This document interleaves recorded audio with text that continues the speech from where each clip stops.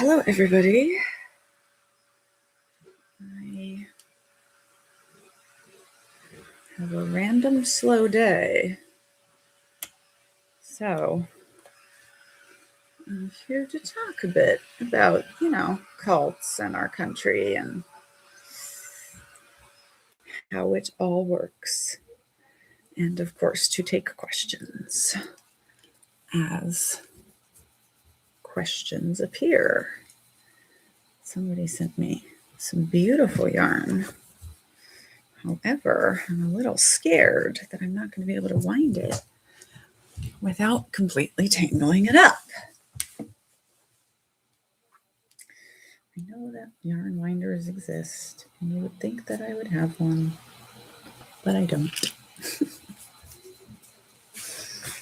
Just seems to be one of those things that I never quite get around to. All right, so we are in a second print for Culting of America already. And a theme of right now is everybody is like, why are they lying so much? Why are they lying? How come their base is not getting it? And there is some really important stuff about cults and lying that I wrote about in my book, The Culting of America, which is a function of cults. And there is, I call it justified lying, right? So in the Children of God, we had a term for it, deceivers yet true, right? We know lying is bad and is against our values, and you better not lie to the adults in the family, but lying to outsiders is okay and often necessary. And the chapter in my book, my first book, Uncultured, about the children being programmed to lie to the authorities, is reprinted in Rolling Stone magazine. That's how intense. So we called it Deceivers Yet True. Jehovah's Witnesses calls it transcendental trickery, one of my faves. Mormons call it lying for the Lord. And it's not secret, it's sacred. Cast not thy pearls before swine is a common evangelical one. And it is part of lying, I think, is the best example of ends justifies the means mentality, right? Because we always tell ourselves there's a reason for the lie, right? Human beings, we are fundamentally incapable of lying, cheating, stealing, or killing without having an issue with that. So if we want to tell ourselves that we're still good people, we then have to justify that lie, right? Why we are telling that lie.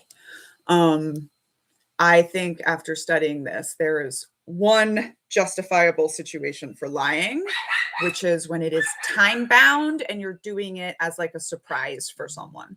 But still, things can go awry with that kind of lying as well, right? I think every other form of lying is ends justifies the means mentality. And anyway, but there's even a concept from Nietzsche, which I found out about from my audience as I was writing the book, just in the nick of time, called Pia Fraus, which literally means pious fraud. And so that's part of it, right? Lying and secrets, weaponized secrets, right? Because secrets do interesting things. If you are someone that has access to secrets, you feel special. I had a top secret clearance. I know more about America than most of you. Makes me feel special. It also defines insiders and outsiders, right? So secrets, very us versus them. That's why it's so interesting. Like these agents with masks and then everyone running away, like two people can keep a secret if one of them is dead. You think with 10 agents, we weren't going to find out who the shooters were? Of course we were. Cults love to weaponize secrets for this reason. And then one of the interesting things is eventually, the cult is lying to themselves as much as to outsiders. But there's also another thing about obvious lies, right? So two things that I think relevant to talk about with the shootings of Renee Good and Alex Preddy. And immediately after they happened, right? What did we see? We see the government going to the media with obvious lies, right? Obvious lies. Why? Because they don't fucking care if they're obvious. The thing they need is to get their version out to their cult members first. Because once a cult member is given the official version, they are very good at seeing no evil, hearing no evil, only taking the explanation given to them. Mormons are a wonderful example of this. Most Mormons don't believe that the Mormon church practiced polygamy, at least until very recently when the Mormons did a cartoon for it, because, cults love comics. But most Americans know more about parts of Mormon history than Mormons do, because the church was just like, it's not true.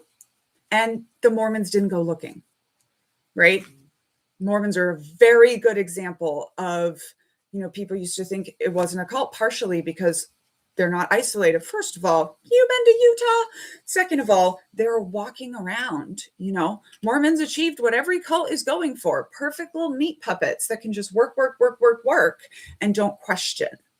It has been said that non-Mormon professors go to teach at BYU, and it is shocking how the class just sits silently and takes in, and nobody asks any questions.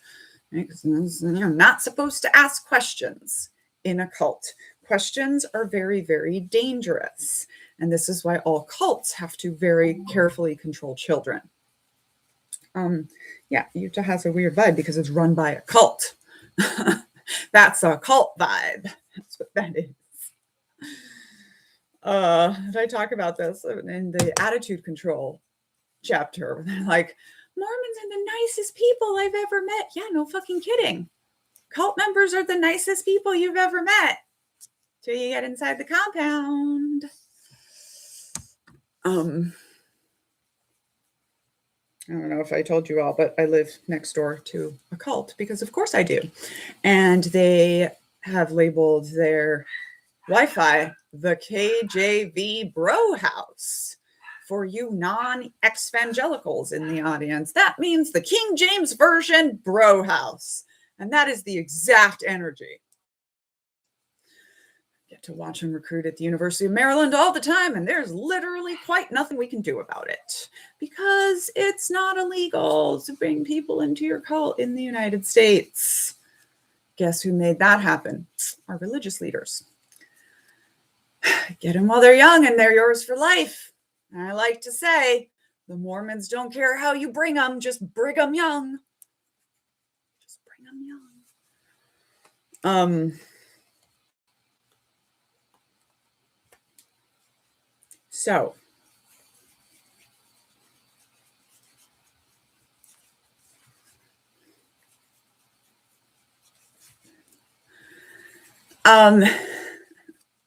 So, back to the lying. So they needed to get their thing out to their audience, right? To their cult members. But also, the cult members don't necessarily have to believe the lie, but repeating it is the wacky ritual that they must participate in. And there's an important thing about wacky rituals, which can be seen in the first book of Daniela, Uncultured, my memoir, which opens up with me in basic training. And the first thing we do in basic training, the first thing you do is spend a week called reception, which is the same thing they call it in prison, in which everyone goes, oh my God, what have I done with my life? As you are being systematically dehumanized and turned into parts and pieces of a uniformed machine. Then you get to basic training, and you have a duffel bag that's full of all your gear. It's roughly 50 pounds. Going to be more if you're bigger. And I knew this was coming because I had a husband at the time who had gone through 6 months before. And you are going to hold this thing in the air for 2 to 3 hours. And there's a very, very important thing about this. It's that it is two things. It is impossible and it's irrational. It's impossible, right? Nobody can do it. Nobody can just go hold 50 pounds up in the air for 3 hours. And cults need you striving for things that are impossible, right? That's why you're never too skinny, never too rich. They need you striving for impossible things because the striving is what drives you. And it is irrational, right? I'm willing to bet that none of you that weren't in the military have ever just gone outside for fun to see how long you can hold 50 pounds up into the air for. And the important thing about wacky rituals, doing irrational things for your membership in the group, is we have research that shows that once you have done the first wacky thing, the first nonsensical thing for a group, you are far less likely to push back against future wacky things or nonsensical things, right? So it's really like the come to Medusa for everyone in basic training. And after that day, after that introduction, people either, and look, I take suicide very, very seriously. As a cult baby, I have to. But people would go kind of like performatively do a suicide attempt, literally take a razor, sew in the case, and draw 3 scratches and go to drill sergeant and say, send me home. So people either are like, no, or they're like me and they're like, fuck it, I'm all in, right? So that is what that is for. That is the kickoff of your identity breaking indoctrination experience. So repeating wacky things like Alex Preddy was a domestic terrorist is an exercise for the cult members. It is a test they must pass, and it is a way that it keeps them even more, right? Plus, just when we say out loud things that are not true, it has an effect on us, right? This is why the missionaries, the Mormons will actually say the person you're sent over to convert is yourself. Unit had a drink called the Predator that we were supposed to do each year at a Christmas party.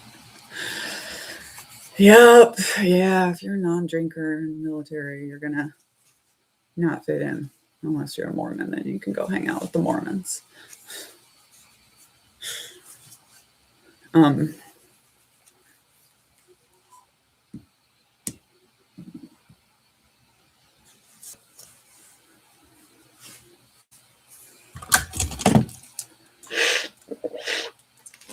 Alcohol tastes yucky until you power through and get used to it.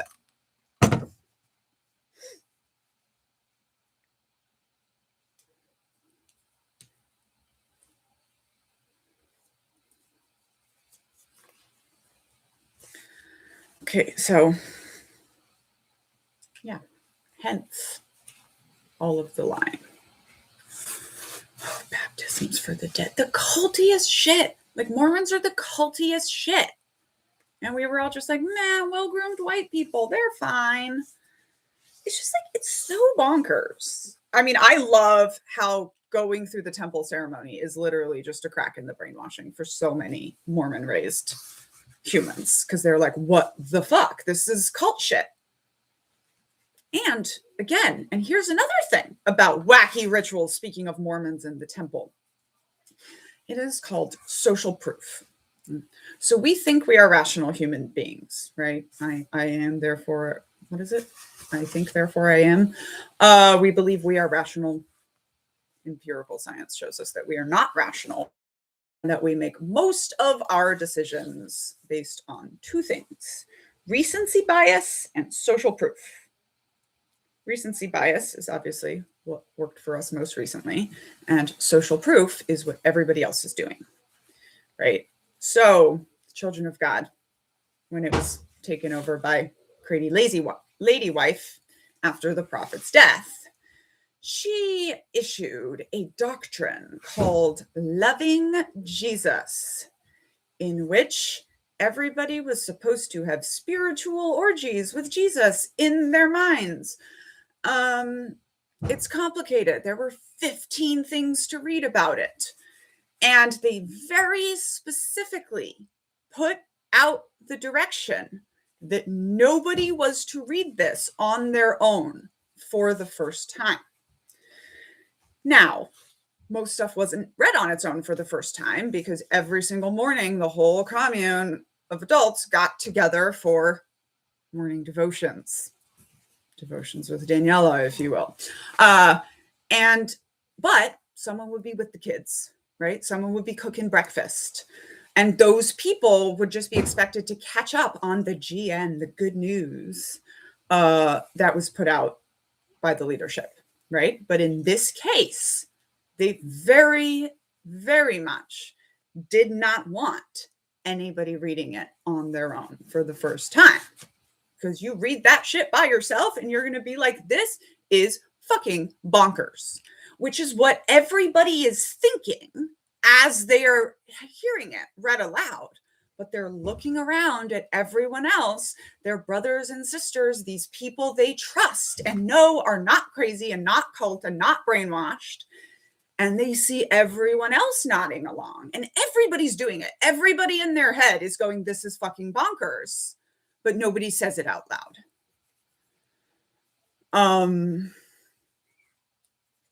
So there you have it.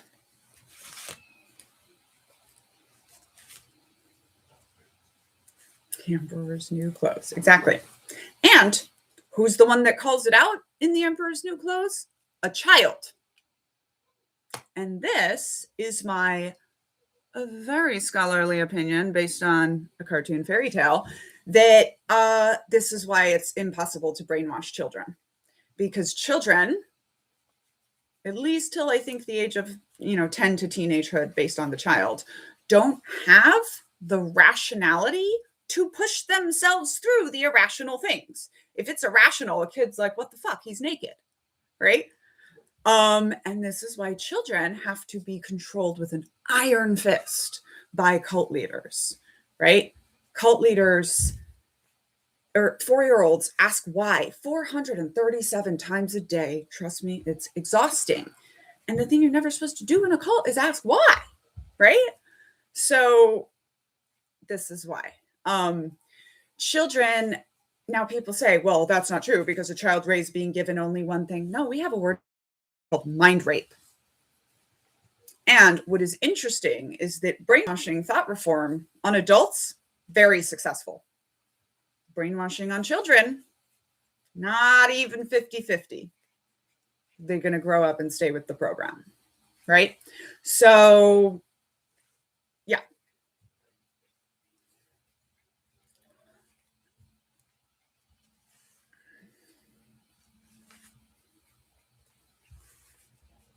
Well, I have a beautiful child too, but I am taking it as a challenge to leave the country better than I found it, I guess, because I have a beautiful child.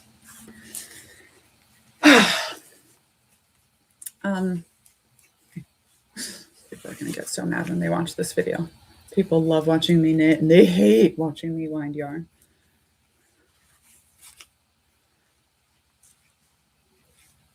How do I get my mom to watch you? You might start with the book Uncultured. Just there's this amazing story of this little girl who grew up in one of the world's worst cults, and then she became an officer in the army. That's not how I describe the book, but that is a useful way to describe the book if you want to get someone that wouldn't read a book about someone calling the army a cult. I've never heard of a woman better and not relating to it. That being said, I only read 5-star reviews, but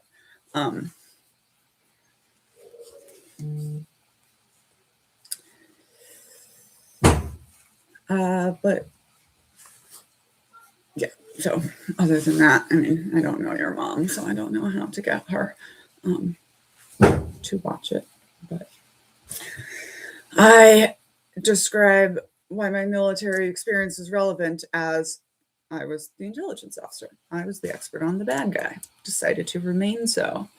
And it is currently in our country a wild time to be an expert on the bad guy.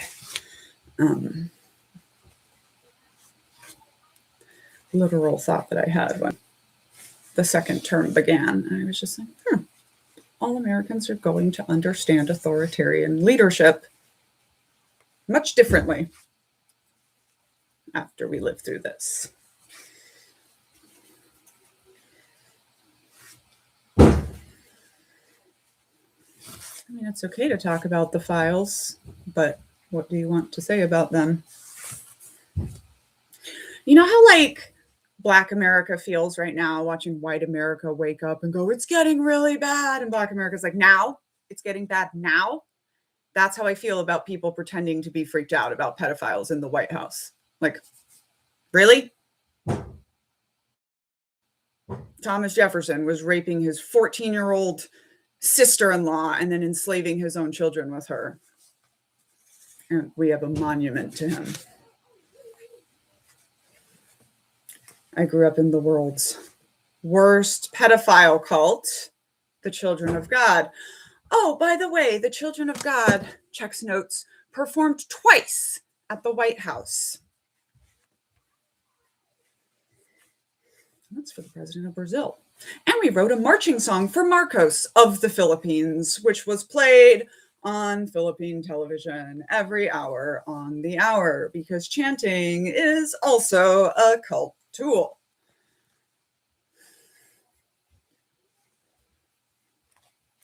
I don't remember when everyone was defending Bill Clinton because I was in a cult in Brazil, but I have heard about it in retrospect.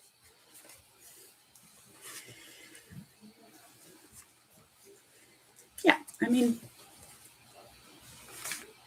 when men get into power, they build trafficking structure so that they can rape teenagers and sometimes even young children.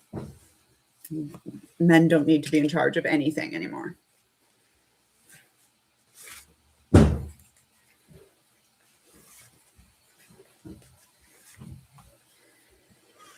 And I, as a human who has experience with actual pedophiles and with grown men who build trafficking structure to rape children, want the conversation to be very specific. These are not pedophiles. Pedophiles are people that have something in their brain that makes them attracted to young children. Most pedophiles do not offend. They are horrified and they spend their life not hurting children. Nobody builds trafficking infrastructure because of a proclivity. No, they do it because power. These men were raping teenagers because they wanted to, not because there was anything in their sex drive making them do it.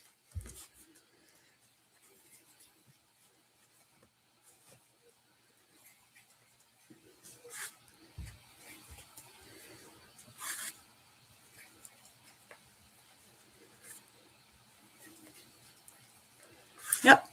People say money, right? I'm always like, cults are about power and labor. And people are like, and money. Money is how we measure power and labor.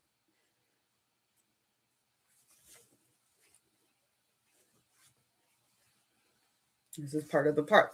That's why we know that you can't be an ethical billionaire. And part of that is because you have so much power that you're just no longer a human anymore. You're just not having the human experience, right?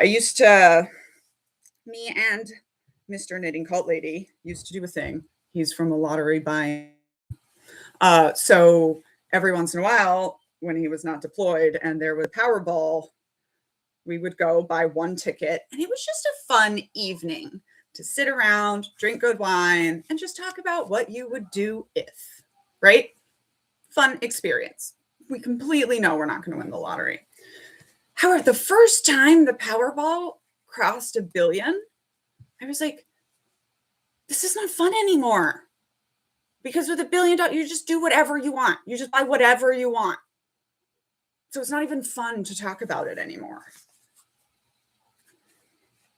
You know, this is like the Greek gods have immortality and they fucking hate being immortal.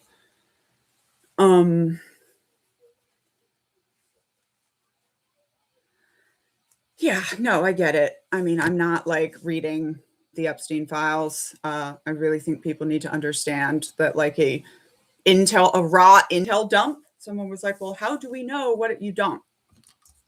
You don't. That's why they're doing that. You're not trained in intelligence gathering and reading and dissemination and analysis. You don't know.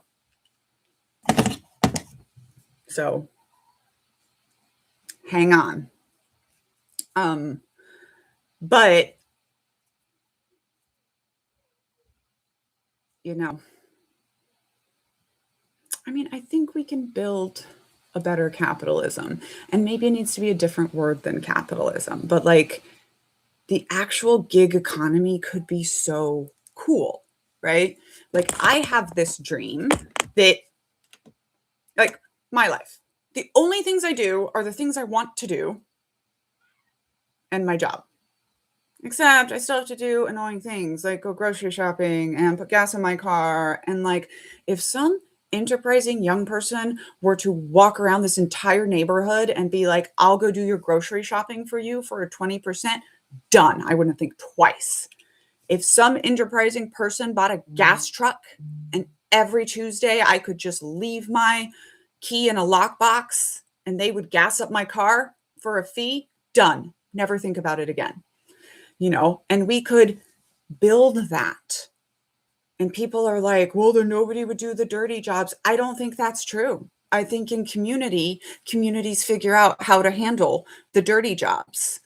And, like some enterprising person would buy a garbage truck and go pick up garbage if they were respected and well compensated and treated like a human being. Somebody would be happy to do that. So, it was very, when I started studying organizational psychology, that we just decided that good leadership is making the most unmitigated amount of money possible.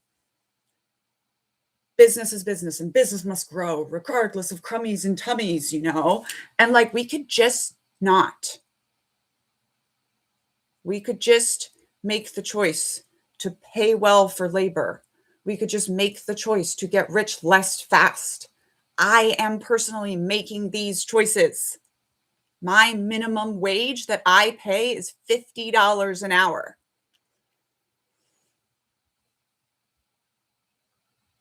And you know what? My business is fucking rocking.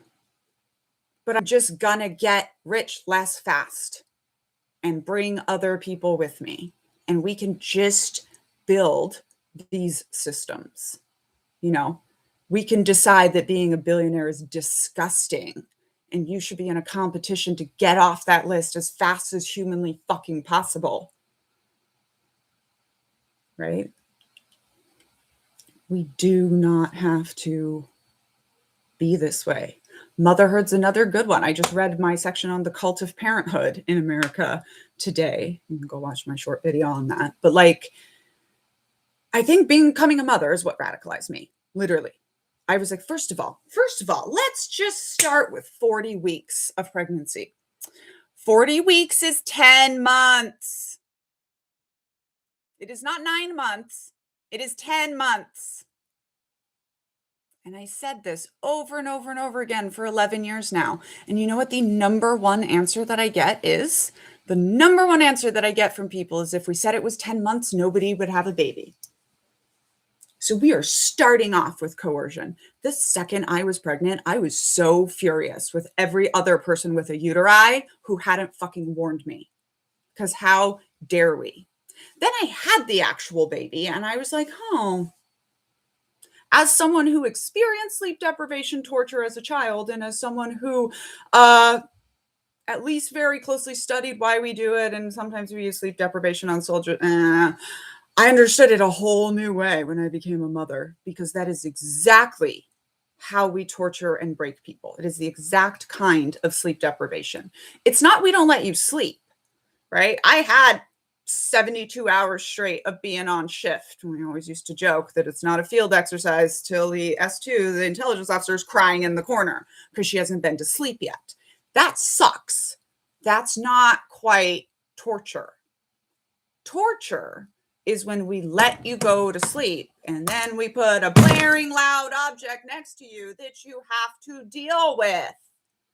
and then try to go back to sleep. And then an hour later, we do it again. Does that sound like having a baby? I got a little bit easy there because I had oversupply and I nurse her back to sleep in 10 minutes. For some mothers, it's a freaking hour every time. And when I said to people, but being a mother is so fucking hard, everyone's just like, yeah. Like, what the fuck gaslighting spy is it fucking take village? Right? Where are our villages? No wonder we are raising broken children. You know? And like, I grew up in a village. It was a fucking toxic, awful, abusive village. But when people are like, Daniela, how do you know how to do so many things? Like, I had 50 mothers. You know? Like, the hardest thing I believe for my parents about leaving the cult was that nobody showed up on Sunday to take care of their children for them.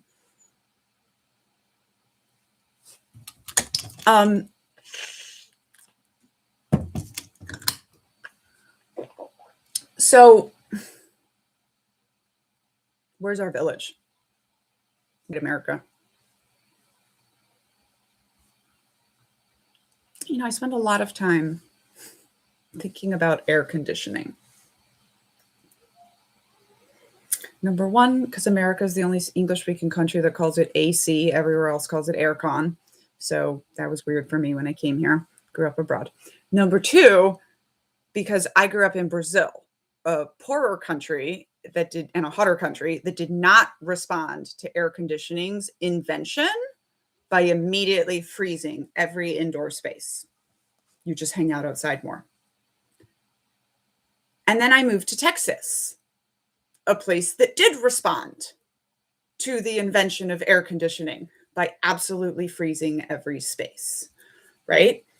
And I live in a beautiful planned community in Maryland, College Park, right? It's right next to University of Maryland. There's a beautiful trail that runs along our nice little townhouses that are not brownstones, but they're lovely. They're very fucking privileged. And 100 years ago, we would have all just got done sitting outside our front stoops between the hours of 1 and 7, right? Because it would have been too hot to be indoors. And so guess what? We would all know each other. We see this happen in the less privileged communities, right? The favelas in Brazil, they are a community. One of the things that white saviors do is try to go into slums in brown countries and fix them and give them all their own individual apartments, and then they break community, right? So we would have got done just sitting on our front steps. We would all know our neighbors. We would know most of the people that come down the path. Our children would have a place to go play, right? That doesn't exist anymore. There's nowhere for the children to just roll out and play. I spend all my time planning play dates, right? We would have that. We would have safety for each other's children. We are kind of creating that in my community intentionally, but it would just happen, right? And that's one thing, air conditioning, and how much that changes community.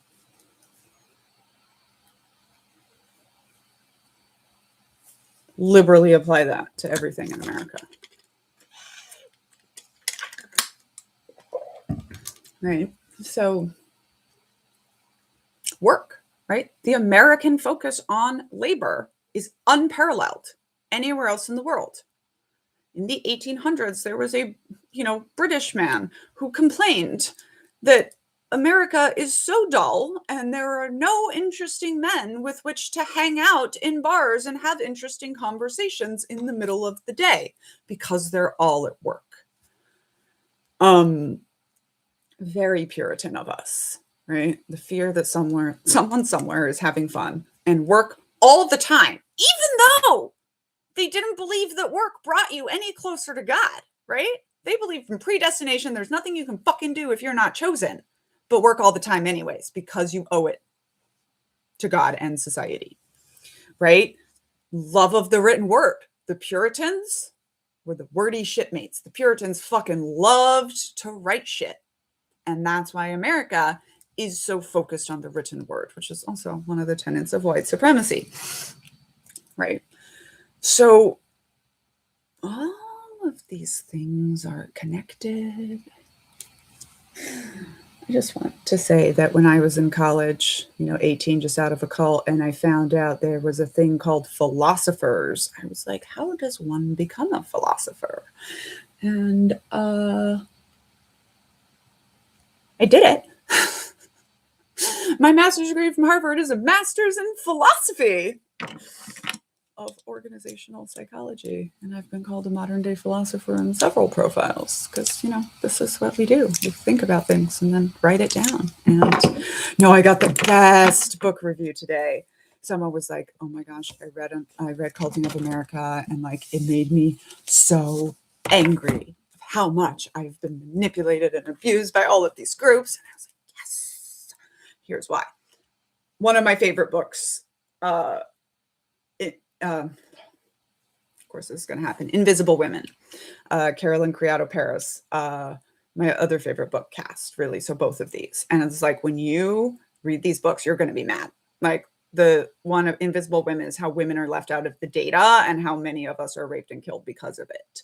And like, you're going to be mad for 2 solid weeks at your kitchen for being sexist, And so when someone tells me that my research book made them angry, I'm like, yes. That means I am helping you see things. Yeah. How does one become a philosopher? And it's the same answer as how does one become a cult expert? Like, you got to figure out how to become one, and then you got to figure out how to make money doing it. Good luck. This was my path, but the wealthier people, the less the community. Hey, also thank you. My girlfriend's Latino family. I've known these people for 8 hours, and they're willing to drive 2 hours out of their way to pick me up. Yeah. I had this experience with German friends, brand new German friends, who drove 3 hours in the middle of the night in the freezing rain into Switzerland to come pick me up because I had stranded myself.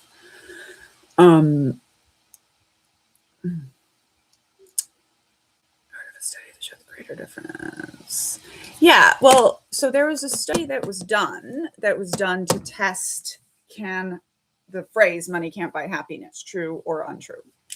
All right, I love this study. And this study was done at the time when the median income in America was $55K. Okay, so I don't know what it is now, but $55K is the median income. And the study found that at that time in America, if you are making considerably below 55K, and really anything below 55K, you have stress related to not having money. And, the first thing about having money, as someone who came here with $0 and maybe soon will be a millionaire, the first thing about having money when I got that commission in the Army is you don't have to think about money, right? So there is stress related to money. So money does buy happiness up to 75K, at which point you now have stress related to earning 75K a year. And so money does in fact buy happiness, but only in this sliver. Which was interesting for me because when I got my first paycheck, Chick-fil-A, only place that would hire me as a 15-year-old, speaking of cults, and it was $96, $6.15 an hour, $6 an hour. And it was the most money I'd ever seen in my life, right? And I was like, fuck it. Whatever I do, I'm going to love what I do because money can be made. I want to love what I do. And I pretty much have. Except for those 2 years I worked at Microsoft. But again, over the median income, kind of the surviving, thriving, getting to have a bit of luxuries and a holiday sometimes, which is what middle class used to be in America. getting out of poverty buys you some happiness. It does. And it's privileged and silly to say that it doesn't. But it's only this small range, right? Which is why, my favorite thing to do with money is give it away. So I'm very happy right now.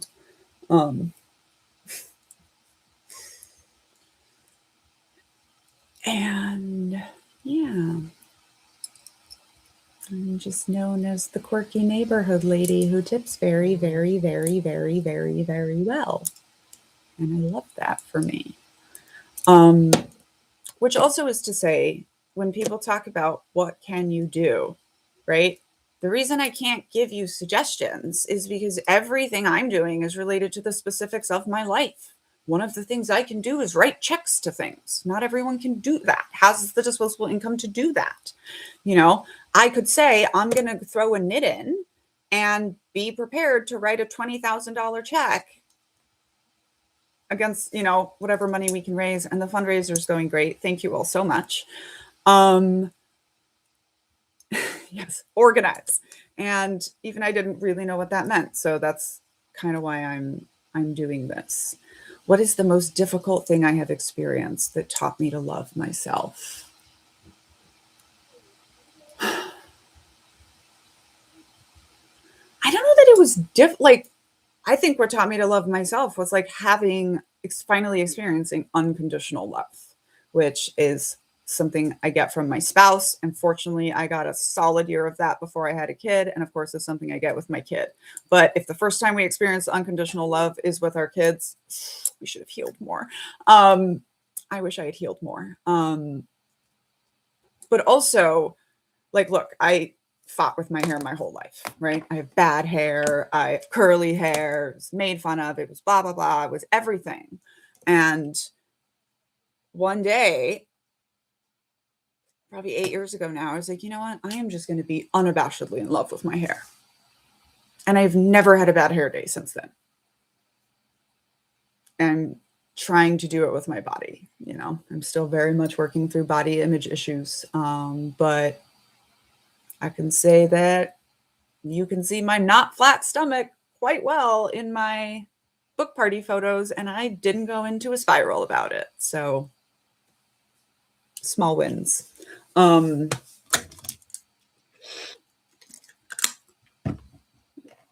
yeah, when you see somebody else love you, and so I wrote Uncultured, and a year before it came out, right? Early readers were literally like, hey, early autistic readers, I should say, were like, hey, sis, do you know you're one of us? I did not. I appreciated it. And so then, of course, proceeded the next 2 or 3 years as you're going through the diagnostic process, which is also, I describe as discovering oh, wait, that wasn't Daniela's witchy brain. That was autistic pattern recognition. Oh, I don't have the most brilliant mind ever. I just have unmitigated echolalia. So I remember everything I see or hear or read. And I also got on anxiety medication, and I have had to go off of it 3 times cold turkey. Once because my meds were stolen in Cairo, and that's the VA equivalent of a dog ate my homework. They were like, I'm sorry, you'll get your meds when they're due to be refilled, right? So I never understood how much of an anxiety disorder I had until I got on anxiety medication and then got off anxiety medication. And it is rough every time. Why it keeps happening is because VA refill problems. Anyway, and the first time it happened, I remember looking at my husband and I was just like, babe, how did you all live with me? And he just looked at me and he was like, love, we will take you any way we can get you. Right? So all of that to say, unconditional love, if you did not experience it growing up, that is probably the thing you need to experience. That is going to be the hardest thing to find. Learning to love yourself is going to be absolutely the most terrifying. And I've been healing for 13 years. And I just, at the last dress-up party that I was at, looked at myself in the mirror as I was getting ready. And I was like, you know what? I like her. She's great. Takes a long time. Perfectionism is self-hate, right? So it was really hard for me. I was the perfectionist, and it's been a journey. So the other really hard thing that happened to me that helped me love myself was my book did not come out and be a bestseller, the first one. And if it had, I would probably still be on the perfectionism, self-hate cycle. Because I was like, I think maybe I did believe, like, I think all of us cult babies a little bit do think we're kind of just better than everyone else because that's what we were told while we were forming. And everything about the process confirmed that to me. I said, I'm going to get a big book deal. And I did. Everyone said it couldn't be done. And I fucking did it. And then the book came out and did, for what they invested, for what they wanted. And I was in bed just for the whole day. I now know that this is what happens every time you put a book out. All of us, we're all in bed the next day going, is this it? And I remember being like, okay, if this is my life, I'm a mid-list author. I have what I have, like, what do I think? And so I just very kind of silently for 3 days, kind of just walked through my life. And I was like, you know what? I fucking love it. And it was crazy because when I thought the book was going to come out and go viral and all this stuff, that I now know better, that nobody knows how to predict what's going to go viral, all this stuff, like I was actually regretting as we were coming up to September 20th that like my quiet, peaceful, beautiful life was going to like vanish. And then it didn't. And I was all upset about that. Right. So I'm much more prepared for the big book and the big Eyes on Me Now. It's a book I'm prouder of. And yeah, but that felt really hard. And all the things I was afraid of happened. People came for me. People accused me of things. There were horrible lies, being accused of stolen valor, like all this different stuff. And I kind of had to go through this process of being like, no, fuck you. That's my title. I'm owning it. I did that. I blah, blah, blah. Now I'm like, I'm a historian too, because guess what? My book just got chosen by editors as one of the top history books of January. So take all the titles they will give you, my friend. So yeah, it is a serious allegation. And the way it was done, I absolutely could have sued for it. And then what happened while I was talking to my lawyer was so many people found my platform because they were like, what's this crazy bullshit? And came and found me. So then I got just so busy selling books that I didn't have time to sue someone for saying that about me.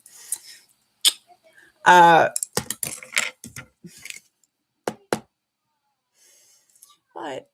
very interesting journey of learning that like you really can't defend yourself against certain things. I have learned as a creator, there's almost no way to defend yourself against accusations without you being the one that looks petty and blah, blah, blah, which is why you just generally see me make a PSYOP costume and dress as a PSYOP for Halloween instead of being like seriously addressing the question of whether I'm an undercover CIA agent that works for Donald fucking Trump. And in this case, it was very interesting because what I learned from many stolen valor claims was, first of all, why do we keep thinking Daniela is stupid? Before Daniela said I was the first woman Daniela went to Fort Knox, the military relations department, and said, what the fuck can I say? But what I learned is that when you are doing something first, when you are the first in history, when you are breaking glass ceilings, in addition to trying not to bleed to death from the shards of the glass ceiling that you help to shatter, you're also sometimes creating the language for it. So even 4 years ago, when I started talking about this book I was going to write about 5 years ago, like the female engagement team wasn't a well-known thing. When I reached out and said, what can I say about it? They were like, whoops, we didn't keep track. So I guess if you have this certificate, you could say you were one of the first women to deliver ground combat. And then I created the language for talking about it and showing why this was important and where we fit in the history of women breaking the glass ceilings, and how it ties even to the trans ban coming down and all of these other phenomenal things. But at the time, I was still learning to talk about it. History was still being written about how important it was. And now, 5 years later, everybody knows the female engagement team and that was important and blah, blah, blah. Like, I have not had a single female veteran in the past 5 years come and be like, hey, I was in Iraq and you were in high school. But I was getting that at first, right?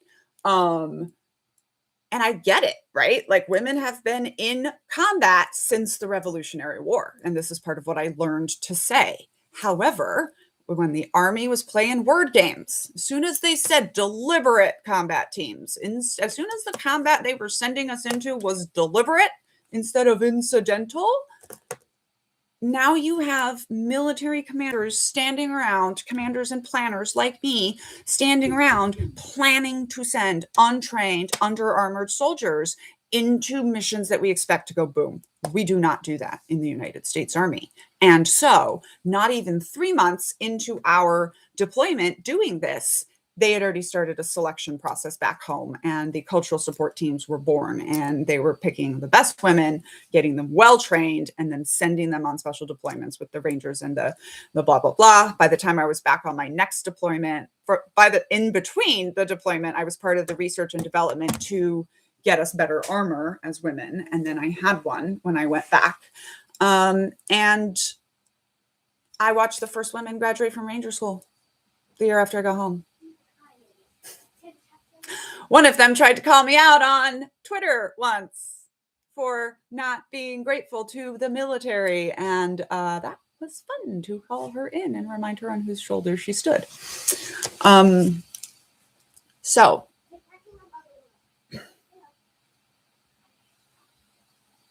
But, you know, I was on one of my lives once and someone was like, hey, I'm a woman in the infantry now and we all know your name. And I was like, I did that. I went and said, I think this thing I did was cool and important in history, and I'm going to talk about it and I'm going to write about it, and it's part of my story and it's part of our story as women in the military, and I'm going to make that. So, like, go get your kudos, go get your titles. Don't let people tell you can't do stuff. And if you are too low ranking and served too long ago not to understand a modern day captain's career, maybe don't call her out for stolen valor. You might just embarrass yourself. So, yeah.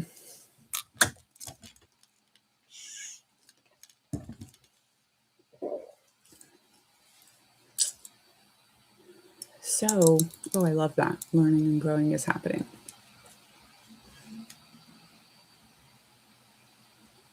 Breaking the glass ceiling and sheltering people from the shards by taking them.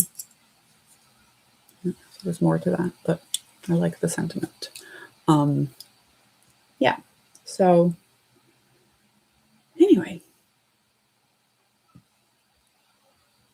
it's the thing about fighting systems is you're probably going to bleed.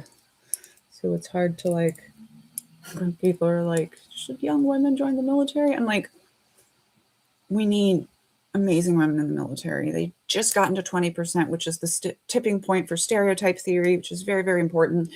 And I think the military needs to be 50 or 60% women, just like every fucking thing else. But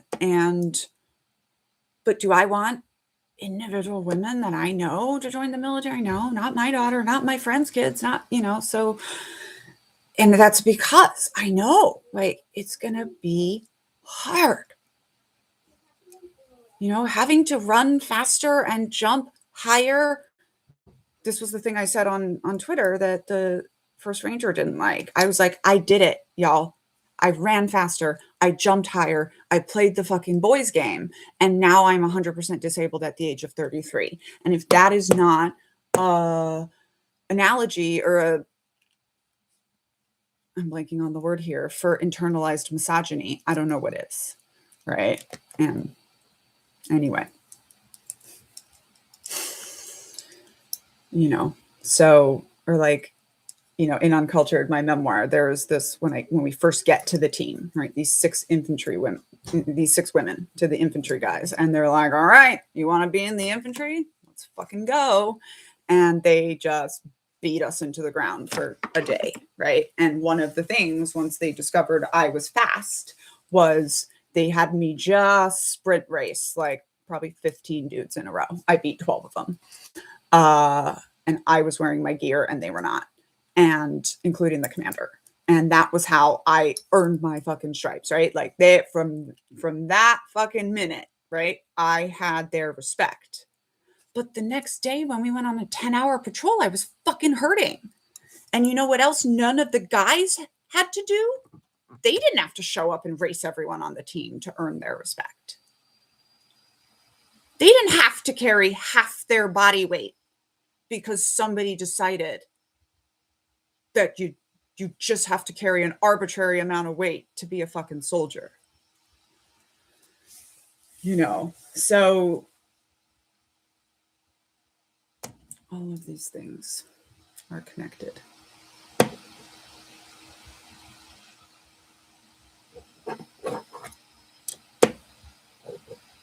And I know I've been swearing a lot, but this is low for a soldier, y'all. We do use the word fuck like a comma. Literally. Soldier, instead of being like, they'll be like, fucking business brief that we got to go do.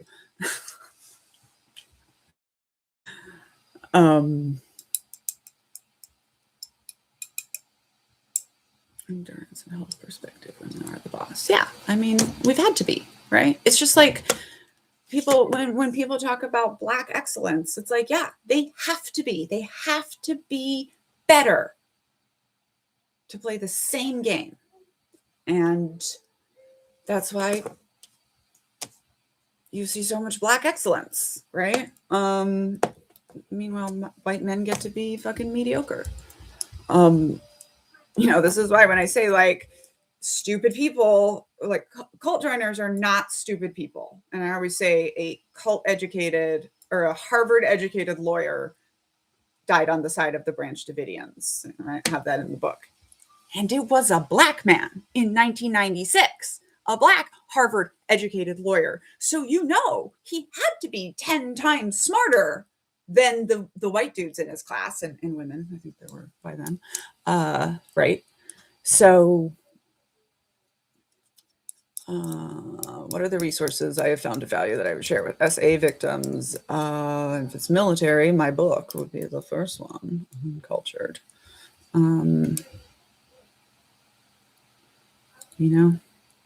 Therapy.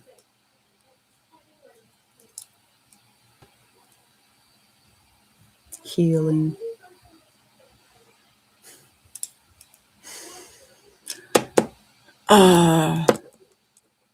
I have looked into MLMs, multi-level marketing. Amway was the first one. But actually Scientology was the first one. And actually Mormonism was kind of the first one. And the amount that Mormonism and Scientology have influenced MLMs and also corporate America is very, very intense. Almost every big cult leader got into Dianetics at some point. I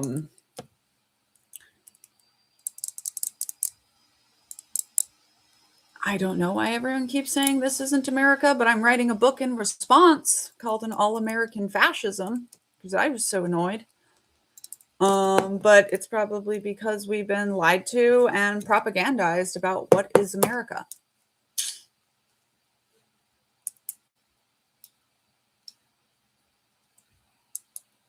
So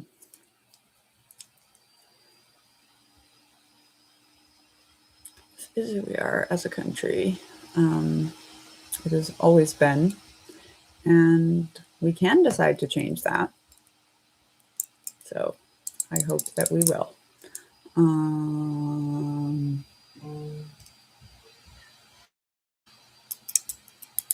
I think when people say like, they will pay, okay, we will make them pay.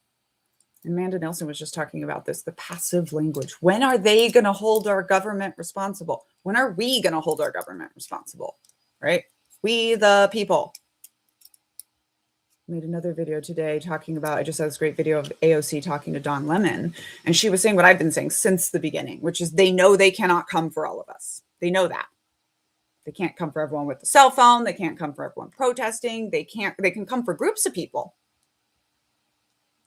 But they cannot come for all of us if we stand together. They simply cannot. And I wish more people had paid attention to the No Kings protests, right? Like when 10 million white-led Americans roll out of their homes all at the same time, there is not a single fucking goddamn thing the government can do to control that. They literally, physically do not have the logistics, right? We could just march on them and pull them limb from limb and eat them.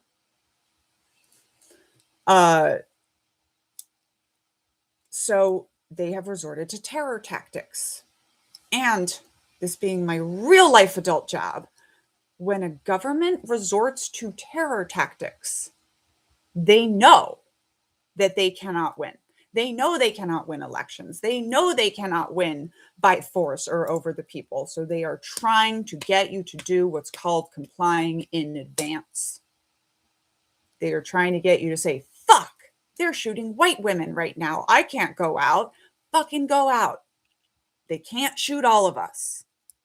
Right? And it's very important because our government has been weaponized against minority communities. Our military has gone against minority communities. Someone made the point that Black people have always lived under martial law. And I feel like I can kind of give you that. That is definitely true. But if we all stand together, they cannot come for all of us. White women have sold the country out of red yarn right now.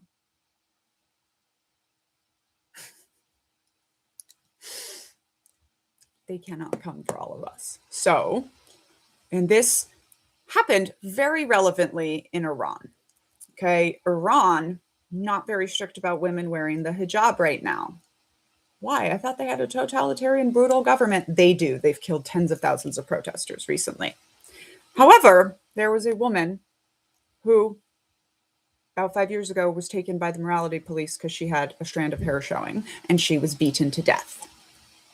And in response, Iranian women started going out in the streets without their hijabs, and they would generally lose an eye for it, if not their life.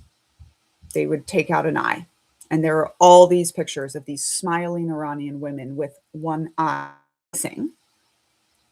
And the regime kept getting in the news for it, and it was getting bad publicity, and it was shitty. And finally, the regime was like, I guess we have to stop enforcing them wearing the hijab because we just look so bad. Right? And so until American women are willing to lose an eye, they cannot come for all of us. There's no country in the world other than Israel, which is artificially propped up, that has a military greater than 1% of their population, because a country generally cannot survive that economically.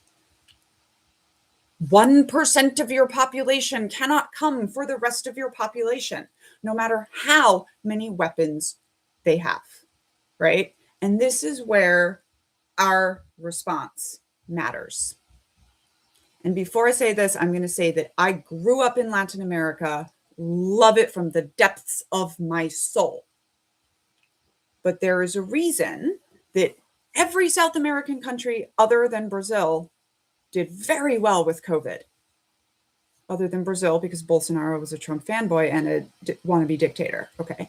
And that is because, and I was on the last flight out of Buenos Aires during COVID, literal last flight. Because in Argentina, when the military comes marching down your streets and tells you to stay in the house, they fucking stay in their house. Right? And historically, they have valid reasons for that.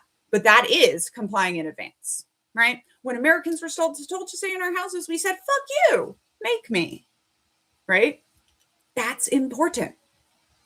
What happened in Germany, quite frankly, could not have happened anywhere else in the world, because the Germans are the most rule-abiding people on earth. And Americans are not, right? And this is very, very important. And as I continually say, anyone who's telling you the similarities, there's a fuck ton of similarities between us and the journey that Germany took. Great. There's also a fuck ton of differences. And both of those things matter. Just like the bad stories about your group matter as much as the good stories about your group, Alcoholics Anonymous. So it matters, right? And one of the big differences, one thing that no other country has ever had on their march to fascism, is 500 million guns. Right? So we're not going to be like anywhere else. We're going to be like America.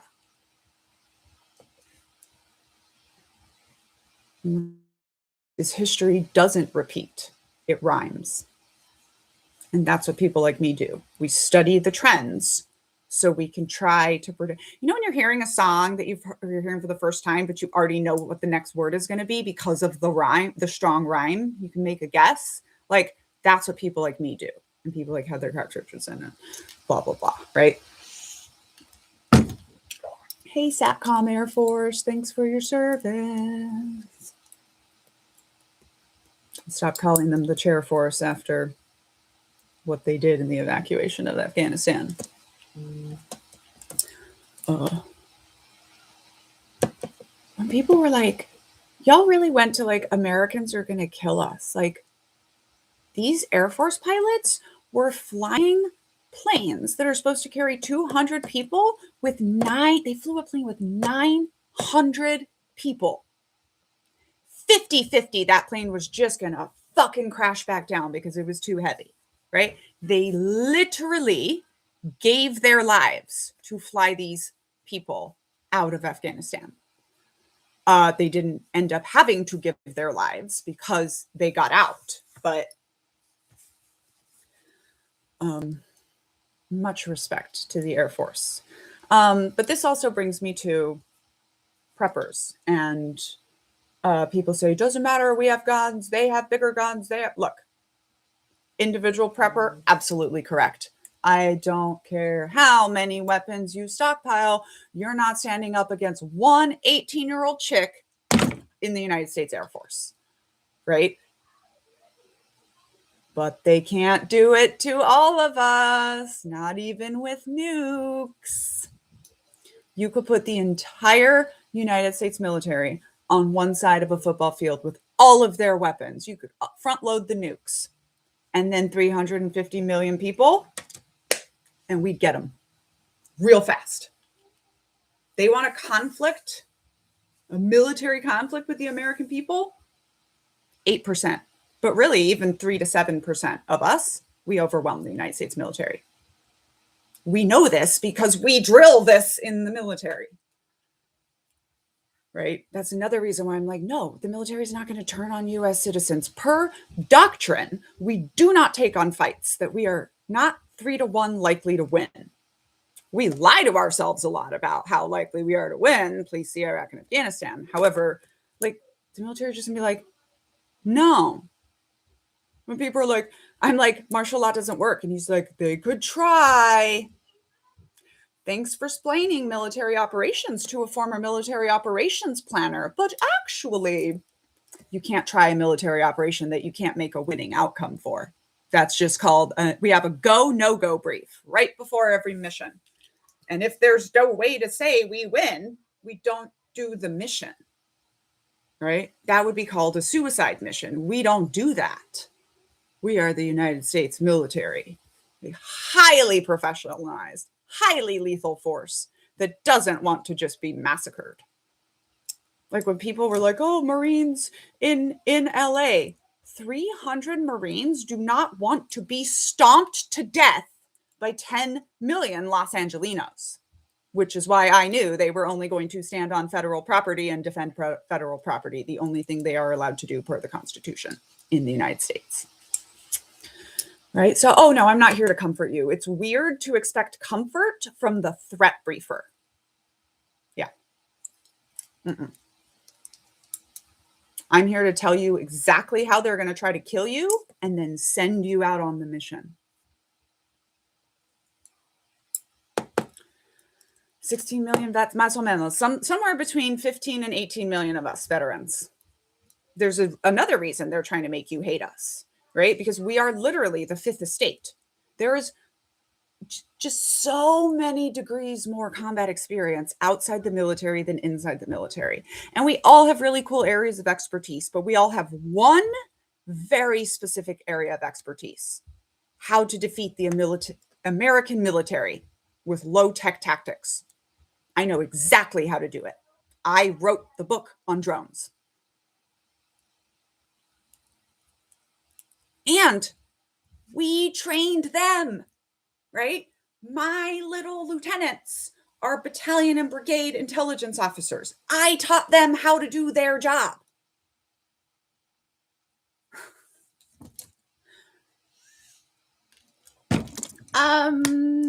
I feel fine about armed protests, but I also think people need to understand that you don't need to be armed. And this is what I call, what we have in the United States, I have called weapons herd immunity. Once again, I'm going to remind you that this was my real adult job in the United States military, to study a population and then figure out who has the weapons and when they are going to use them. And in the United States, that cannot be done. One of our biggest checks and balances is that we have 500 million weapons and nobody knows who has them. So if I am your intelligence officer for military operations inside the United States, I will tell you, man, like, you can send your Ranger chicks in, but you have to treat every person as hostile, and every American house is extremely armed. And by the way, we extremely failed at that in Afghanistan with only 35 million people and the assumption that every house had one AK. The maths don't math, and they know that, and the military knows that. And martial law. Okay, so first of all, I don't think almost anyone knows what they mean when they say martial law, right? Martial law is when the military comes in and shuts down all civilian operations, courts, everything, and everything is run by the military. Okay? Very unsuccessful for long periods of time, anywhere. People do not like to live under coercion, right? But the United States, there's 1.3 armed humans in the United States military, 1.3 million. 1.3 million people cannot control even an unarmed population of 350 million people over 4 million square miles of territory with borders that cannot be shut, 2 friendly countries and 2 huge oceans. Cannot be done. Also, please see Germany, where they also could not close the borders, right? So, no, martial law is not a thing in the United States. He can go declare martial law all he wants. Cool. And that's why I keep saying to y'all, call his bluff. Oh, he just wants protests to get out of hand so that he can get to declare martial law. Go outside and get fucking out of hand. They're already shooting people in the streets with the fucking secret police. Like, we're already there.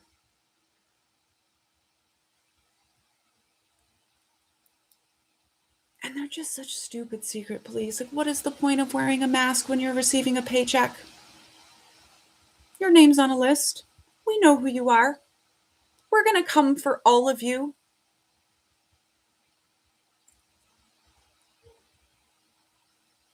One of the things we really need to take out of this experience is we need to get every fucking ICE agent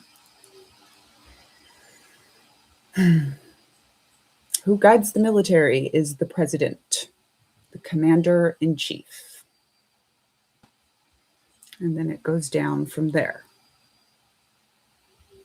Part of the reason people keep being like, well, isn't ICE a domestic terrorist act? Sure. But the person who has to order the military against the domestic terrorists is the president. No other option.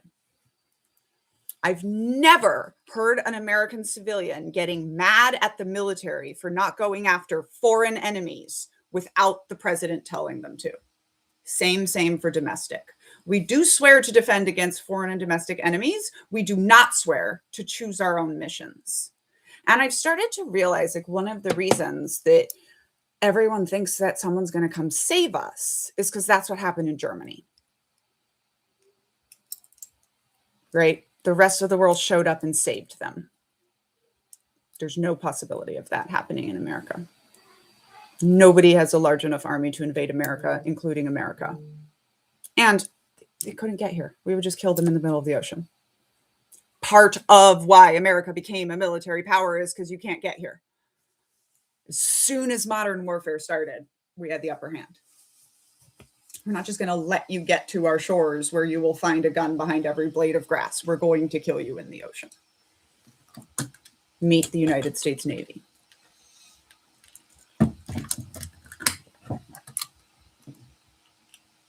Why is the president the commander-in-chief? Because the people who designed our country made it so.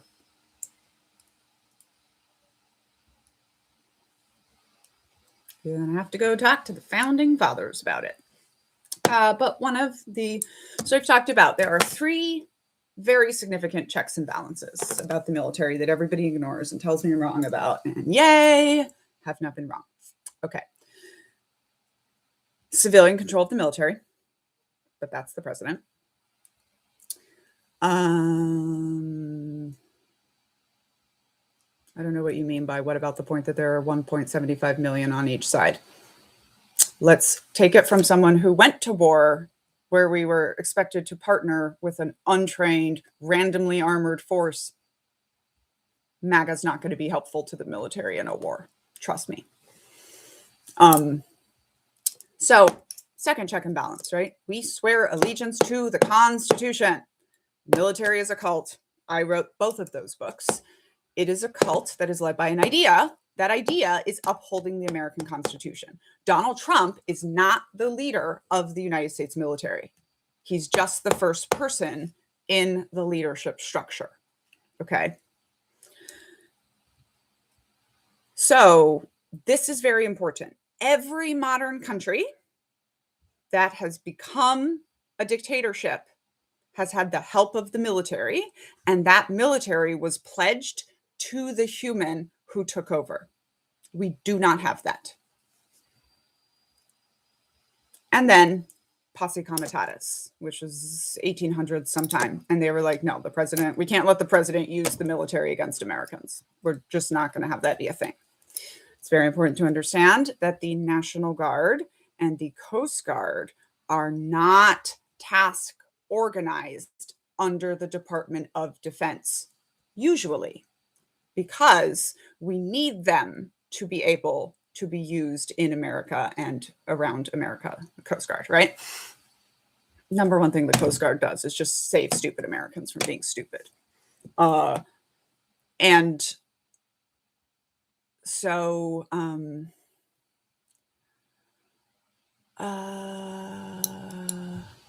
yeah, it's not, they follow all legal orders like they're not supposed to follow. We are not supposed to follow illegal orders. And everybody in uniform today has been told that since the first time they were handed a uniform. Literally, they're like, hand you the uniform. They're like, you can't follow illegal orders. Like, that's how much it is drilled into us. And this is why I said, which was very controversial, apparently, civilians don't need to be fucking telling soldiers and service members to remember their oaths. Like, it's just so silly. Not a single one of us that has forgotten our oath. It's fine for veterans to say it, and there's an important place for veterans to say it. Civilians just sound silly.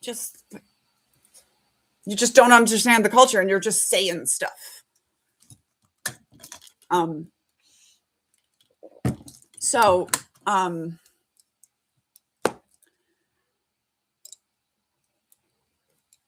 more thing about the military. Yeah, you're supposed to say no to illegal orders. So that's 4 things, right? And as I have said many times and is now in a profile about me, everyone's like, you'll just replace the top brass. Okay, Tell me Donald Trump doesn't understand how the military works without telling me Donald Trump doesn't understand how the military works. Because our modern day military runs on a command and control doctrine called mission command, which we ironically stole from the Germans. It's how the Germans almost beat us in World War II. It's called Auftragstaktik, which is to say that in a modern army, the general is not standing on the line saying fire. So how is he going to control the battle? Well, she is going to push decision making down to the lowest level. So fine, replace all the top brass you want. They're not going anywhere without their drivers and their helicopter pilots. At the end of the day, if Donald Trump was like, nuke America, shoot Americans, it's going to be 3 privates and a fucking warrant officer being like, no, sir, we're not going to do that. And if you think this is not real, please see Greenland. He said, plan me an invasion for Greenland. And they said, no, you can't plan an invasion in under 48 hours, which means it's not legal to do without Congress being the ones to tell us to do it. Have a day.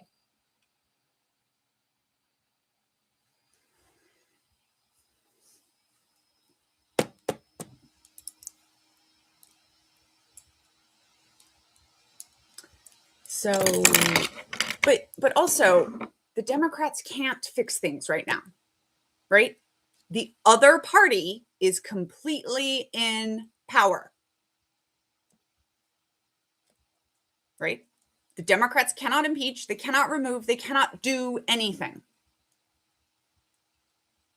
Take 23 Republicans to end this right now. Anytime. Right? So there's a lot of things frustrating about the Democrats, and there's a lot of things we need to fucking fix. But the Democrats are not going to save us, just like the military is not going to save us. We, the people, are going to have to do it because the Republican leadership has abdicated, right? The way that the United States removes a president is Congress. And the second that they're more afraid of us than they are of him, they'll do it. Now, if the way we push back is by decimating in the midterms and then they just immediately impeach and remove him, and by the way, that removes the vice president as well. Thank you. Awesome.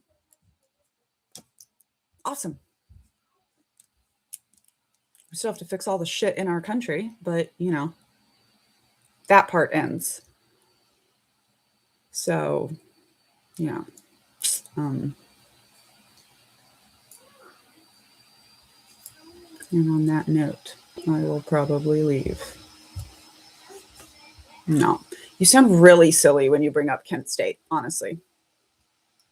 I know y'all want to as civilians, but like when you're talking about the military of 50 fucking years ago, stop. Why aren't you bringing up 2020 when the National Guard in Tennessee knelt with protesters? Why aren't you bringing up Greenland 2 fucking weeks ago when the military said no? There is basically 0 things from the 70s that are relevant in the United States military today, including that it is an all-volunteer force. And including the fact, like, one of the reasons we won't be Germany in 1930s is because we already had Germany in 1930s, and we know. The military knows about Kent State. We train to not do that all the time. All the time. So maybe sit the fuck down and clutch your man pearls and listen to the person with military experience instead of just thinking that you're right for no reason. You are part of why Donald Trump is the president.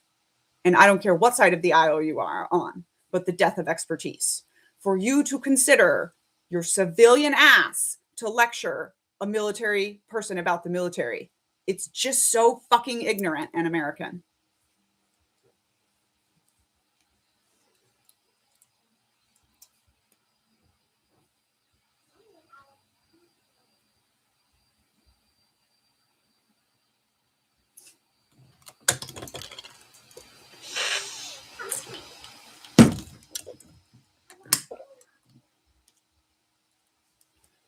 And if you're worried about Kent State, Go educate yourself on it and how it happened and what the military has done to make it not happen again, which it's going to mean listening to me probably.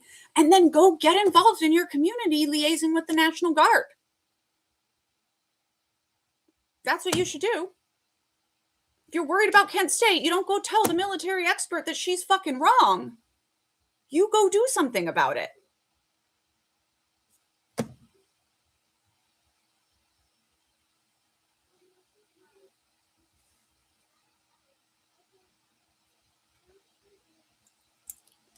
We are the adults. There are no adults that are adultier than us. They're just people in power. And wildly losing that power extremely rapidly. And I'll end by saying this, right? Last administration, it was still becoming a cult. Last Trump administration. When I started writing this book during the Biden administration, I wrote, cults are always out for political power. And in today's America, they seem to be getting it, which of course I had to change to, they have gotten it, right? When he took over this time, we were all in the cult from day one, right? We are all now adults who have been forced into a cult. Usually that happens through a totalitarian nation. Sometimes it happens through being kidnapped and press ganged and all kinds of stuff, right? But there is not a cult in the world that could survive with 2/3 of its adult members being like, fuck you, make me. When dictators come to power, they still need the love of the people, and he does not have it. Right? He's just like so bad at being a tyrant. I mean, I don't think he's good at anything, but he's so bad at being a tyrant, right? Really, really, really stupid. So is Stephen Miller. So is Peter Thiel. They're just bad at it. Maybe they should have gotten an expert on bad guys to teach them how to do it. But it's not like this. Like the parade where even civilians were like, I don't know what a military parade is supposed to look like, but I do know it's not supposed to look like this. He can't even get the military to march right. And you all think he can get them to start massacring you. If Donald Trump stood in front of a brigade of armed soldiers and said, shoot Americans, 90% someone would just turn and fucking shoot him in the face.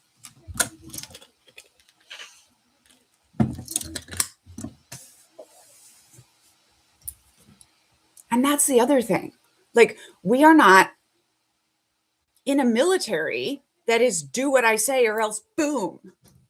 We haven't had that kind of military since World War II.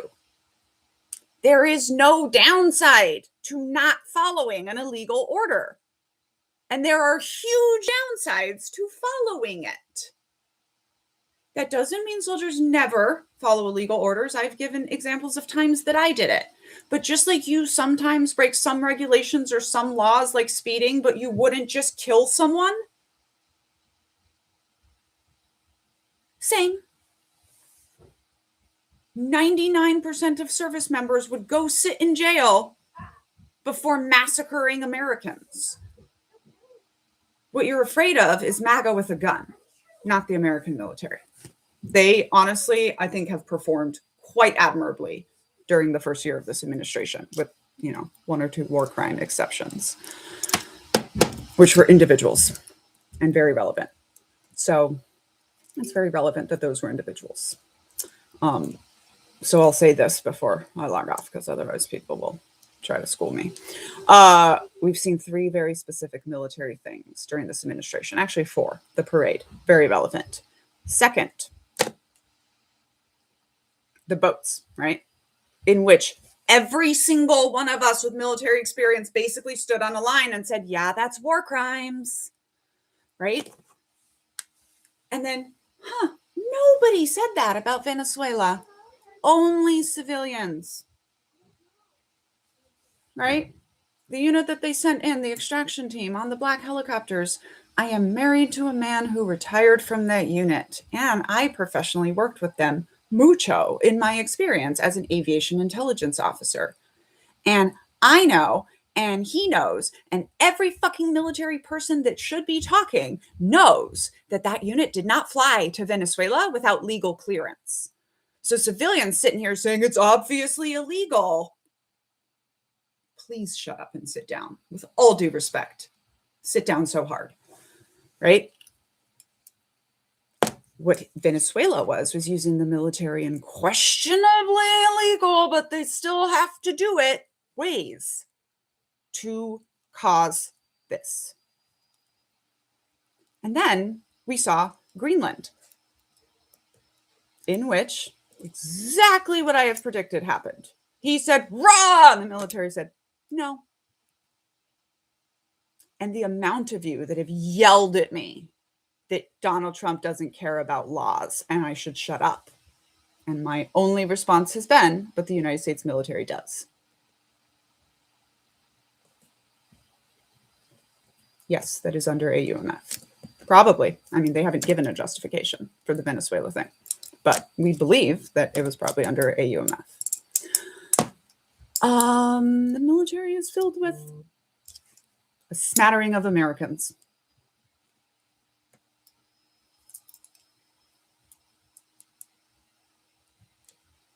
Immoral is also, you're not supposed to follow illegal or immoral orders.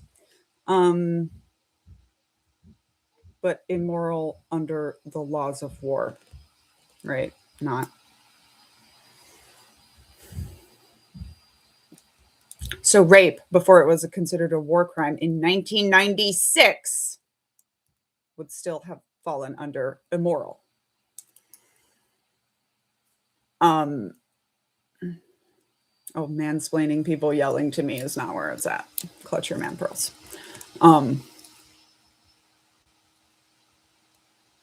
Internalized misogyny of people explaining, and just outward misogyny of people explaining to creators how to do their job.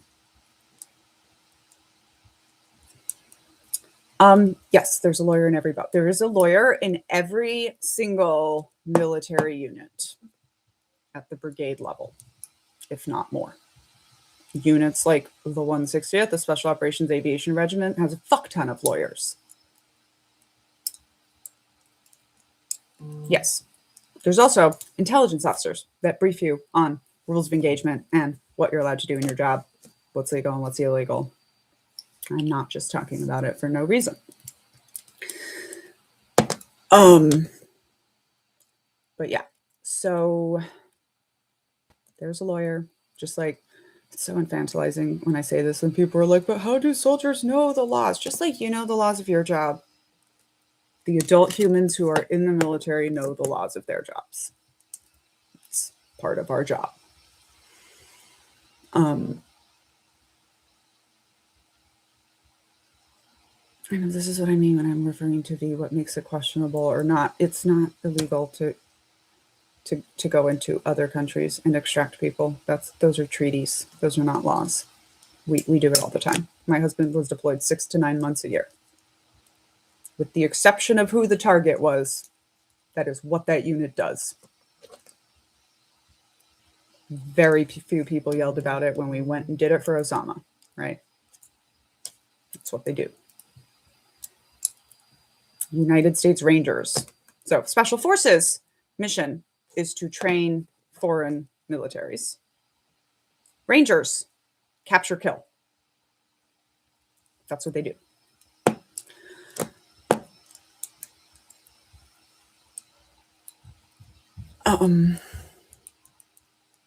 No, so the boat strike, the example in the military regulations of an obviously illegal order is shooting victims of a shipwreck, right? Like, it has been decided for over 100 years that if you are in the water, you are not a threat. You can be hanging on a cannon and trying to shoot it at an aircraft, and they're still not allowed to shoot you if you are in the water. So that is very specific, very different in Iraq and Afghanistan, where it is not obvious. It is a decision you're making at the time. And if this is called something facto, ex post facto, right? If you made the best decision you could at the time in the fog of war, you are protected. If it has to be decided by lawyers after the fact, then no, the soldiers were not expected to know. If it has to be decided that it's illegal by Congress after the fact, this is what has been happening with the National Guard, right? No president has ever dared to use the National Guard like this. So it wasn't illegal until a court said it's illegal. So they couldn't just be like, no, not going to go. They have to, right? People are like, why is the military choosing to go along with this? The military doesn't get to choose. If it is legal, you have to do it. That's the whole thing about the military. So this is why I keep saying that he is going to, I forgot where I was going with that. Sorry. Started looking at comments and then poof.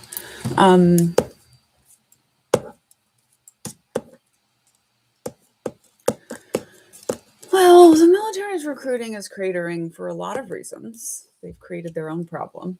You know, we're still using height and weight standards from before World War II, when Americans were on average up to a head shorter than they are now. So when they say only 25% of America is fit to serve in the military, they made their own fucking problem. I literally lost an analyst before going to Afghanistan for being too fat, and his job description was sit in chair for 12 hours a day and read reports. Right. They've created their own problem.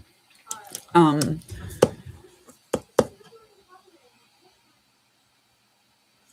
yeah, nobody wants to join the military because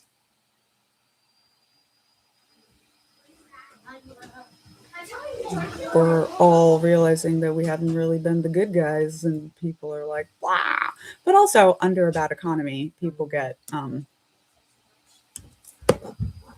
people go into the military, so they're kind of getting some stuff. But yeah, MAGA's washing out big time, which is excellent and predictable. Yeah. So, all right.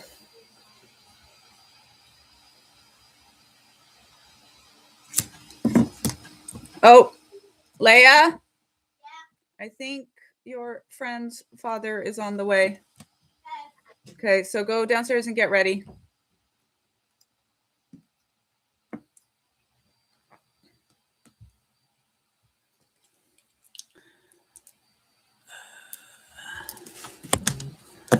Do I think it's preferable for just 18-year-old plus to be recruited over 25 plus adults? I mean, it depends who you're talking about preferable for. For the individual, absolutely. The more formed your brain is before they break it, the better you're going to survive that. But is it preferable for the military? No. Cults want you young. The military wants you young. Mormons are like, I don't care. You bring them, just bring them young. Corporations want you young. Exactly, because we know that if we get you young, we might get to keep you for life. Right? My husband was one of these 17-year-olds that signed a contract intending to do 4 years and then just, whoops, accidentally did 20 and retired. So, yeah. And if you join at 25, you are the old person, right? And this, so my exact example is my husband joined the military at 17. I joined the military at 22, and my friend Danielle joined the military at 25. And she is like the least militarized of us, even though she is the one currently still in the military. So, yeah. And then once you're like 31 or 32, they don't even want you anymore. You got to get like age waivers and stuff, which makes sense.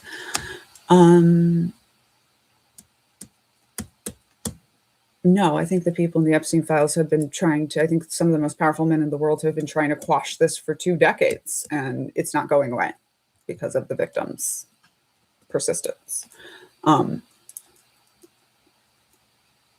this is why I've been saying he's going to push every limit, check, and balance. And again, mostly they're holding, right?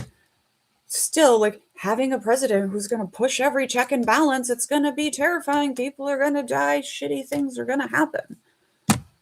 But it's mostly holding. And this is why, like, they needed to get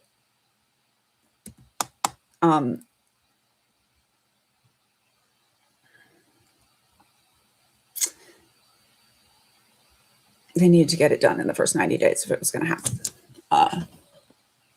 Because now the checks and balances have started.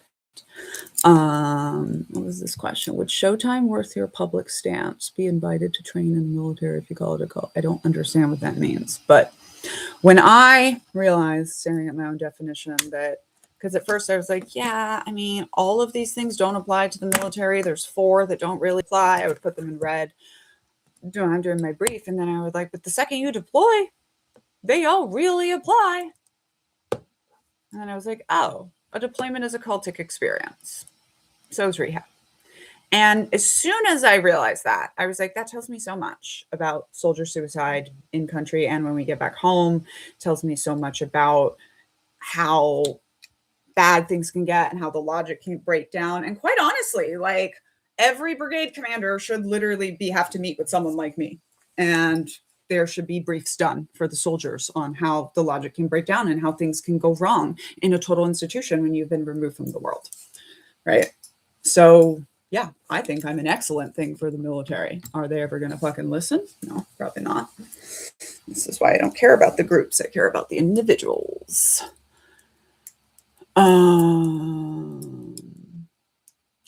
What happens if my crystal ball's in the shop?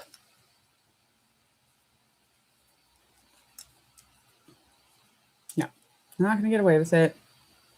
They didn't have a good plan. I still think my chess analogy is very good, right? So I played for the best chess team in the world in college. I know, I have the craziest life. And I was not a chess player prior to that. Long story. Wrote a book called Uncultured.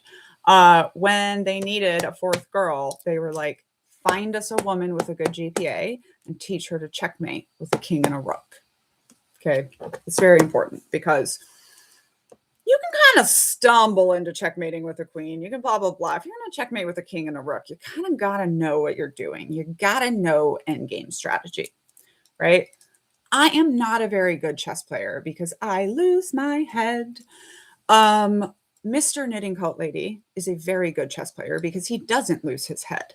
However, when we get to an end game, because I have a formal chess education and he does not, I sometimes know how to finish in ways that he doesn't, right? So here's the situation in America, okay? The Democrats only have a king left on the board. You cannot win when you only have a king. You need at least 1 more piece in order to checkmate. You can't checkmate someone with only a king, so you cannot win. This is what I was saying earlier. Our Democratic leaders cannot do much right now. But the Republicans have a king and a rook on the board, and they don't know how to end it, right? And a lot of people have been kind of surprised by this. Like, we thought they were going to be better at the checkmate game when they got in, and they just haven't been.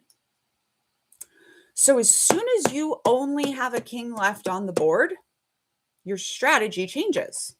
It is no longer what your strategy is the whole time, trying to win, because you cannot win.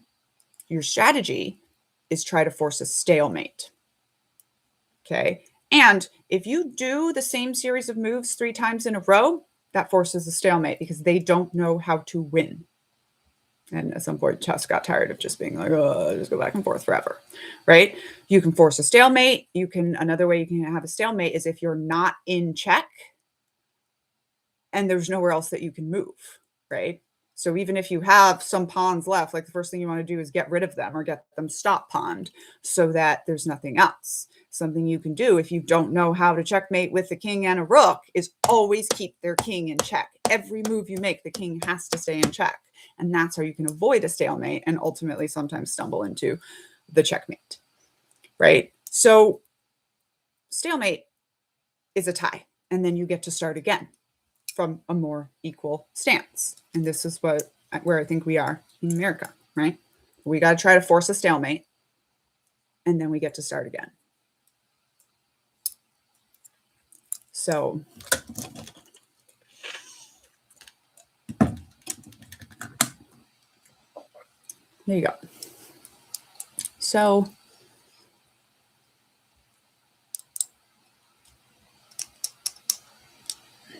that's the good news, right? The good news is they don't know how to win. And it's not very common to stumble into a king rook checkmate if you don't know what you're doing. So my prediction remains unchanged. We are on a march toward dictatorship. He's got 4 years to try to get there unless we stop him first. And I don't think he's going to make it.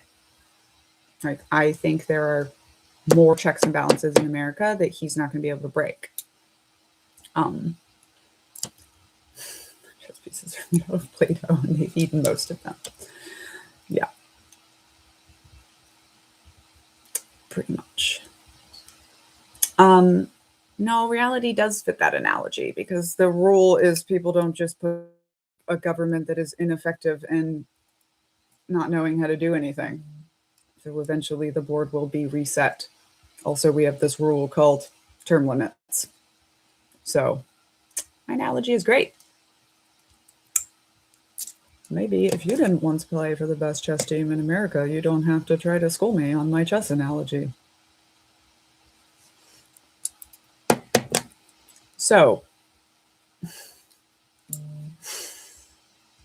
I mean, I think we'll get to ramp up a lot of checks and balances after this, right? Like, he's kind of showing us where all the holes is and making it so fucking obvious that we're going to have to. Participating in community care is some of the best protection for pawns. Pawns are extremely important in the game, and people don't realize how important pawns are lose. And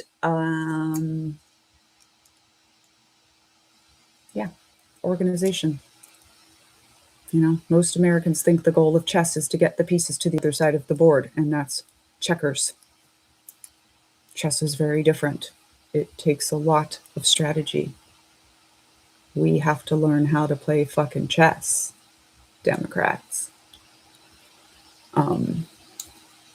So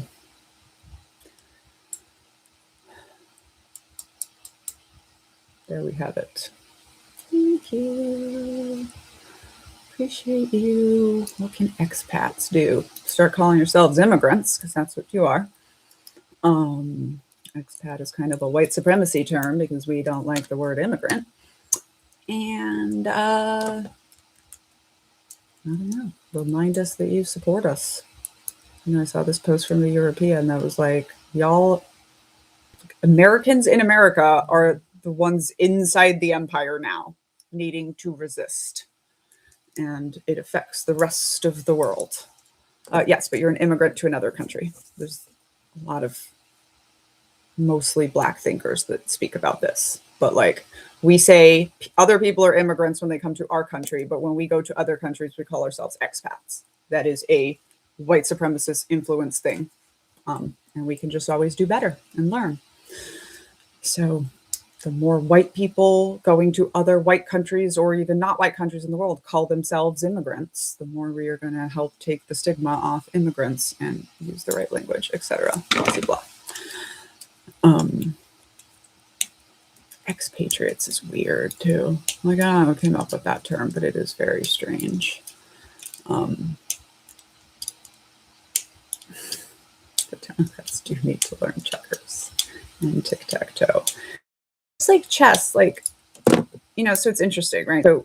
So any turn for turn game that if you have a perfect game, it's a tie, right? So tic-tac-toe, right? One of the reasons adults don't just spend hours and hours and hours playing tic-tac-toe, because if it's a perfect game, it's a tie, right?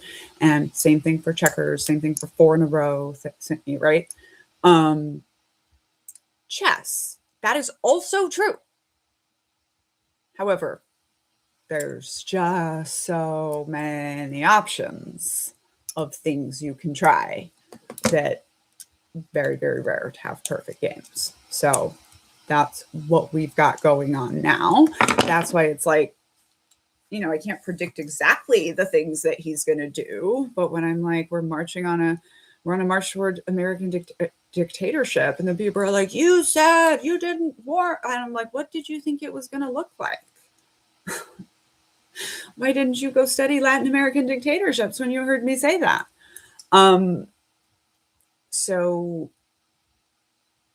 yeah, but he doesn't know what he's doing, but he's wildly trying things. And we don't know whether those things are going to work until someone tries them, and then the check and balance works, right? So that is also part of it. It's like people are like, blah, and part of it is like, we've just never had an executive that just didn't give a fuck, right? And so we're learning how that goes for the first time. But again, America cannot be controlled by force. So as long as we don't comply in advance, we're never going to get to full-on fascism.